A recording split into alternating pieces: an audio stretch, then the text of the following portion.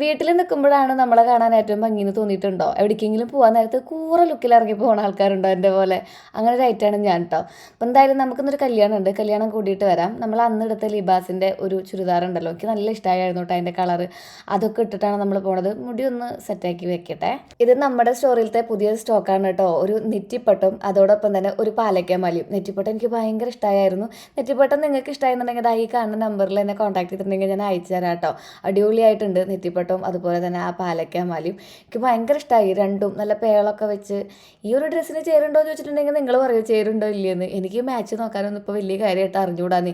എങ്ങനെയെങ്കിലുമൊക്കെ നമ്മളുടെ ആ ഒരു ഡെസ്റ്റിനേഷനിൽ എത്തണമെന്ന് മാത്രമാണ് ഇപ്പോഴത്തെ ചിന്ത. അത്രയും തിരക്കിലാണ് ജീവിതം മുന്നോട്ട് പോയിക്കൊണ്ടിരിക്കുന്നത്.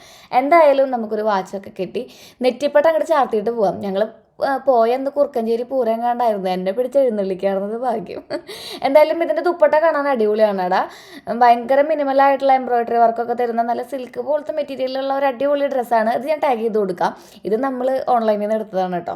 ഭാഗ്യനും ഞാനും ശ്രീകുട്ടനും കൂടിയിട്ടാണ് പോകുന്നത്. തൃശ്ശൂർ നന്ദനത്തിലാണ് കല്യാണം. അപ്പോൾ കല്യാണം കൂടിയിട്ട് വരാം. കല്യാണം നമ്മുടെ വല്ലൂരുള്ള ഒരു അയൽപ്പക്കത്തെ വീട്ടിലത്തെയാണ് കേട്ടോ. ഇവർ താമസിക്കുന്ന എറണാകുളത്താണ്.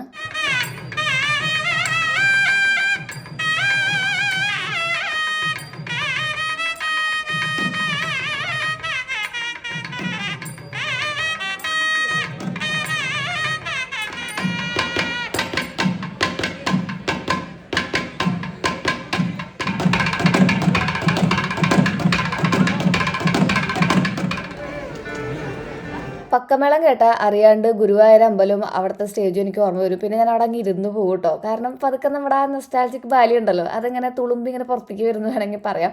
കുറച്ച് ഫോട്ടോസൊക്കെ ഞങ്ങൾ എടുത്തു. അവിടെ വധുവിൻ്റെ ഒപ്പം വരൻ്റെ ഒപ്പം ഒന്നും ഫോട്ടോസൊന്നും എടുക്കാൻ തന്നില്ല. ഞങ്ങൾക്ക് ഇത്തിരി തിരക്കുണ്ടായിരുന്നു. വേഗം തന്നെ പോരണമായിരുന്നു. അടുത്ത ലക്ഷ്യം എന്ന് പറയുന്നത് വിശപ്പ് മാറ്റുക, സദ്യ കഴിക്കുക എന്നുള്ളതാണ്. കല്യാണത്തിനെ പോണത് നമ്മൾ സദ്യ കഴിക്കാൻ വേണ്ടിയിട്ടാണല്ലോ. അപ്പോൾ ശ്രീകുട്ടൻ പറയായിരുന്നു എന്തൊരു വലിയ അലിയമ്മയെന്ന്.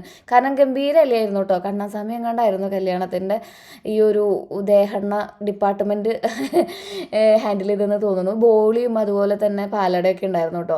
എനിക്ക് തോന്നുന്നു വധുവിൻ്റെ സൈഡ് നമ്മുടെ ട്രിവാൻഡ്രം ആ സൈഡിലേക്ക് തോന്നുന്നു. നിങ്ങൾ ട്രിവാൻഡ്രത്തുള്ള ഒരു ഫുഡ് കഴിക്കുന്നതും ഞങ്ങൾ തൃശ്ശൂരുള്ള ഒരു ഫുഡ് കഴിക്കുന്നതും ആനയും പേനയും തമ്മിലുള്ള വ്യത്യാസമുണ്ട്. എന്തായാലും പൂരാകുമ്പോഴേക്കും അമ്പലമൊക്കെ പുതുക്കി പണിയുണ്ട്.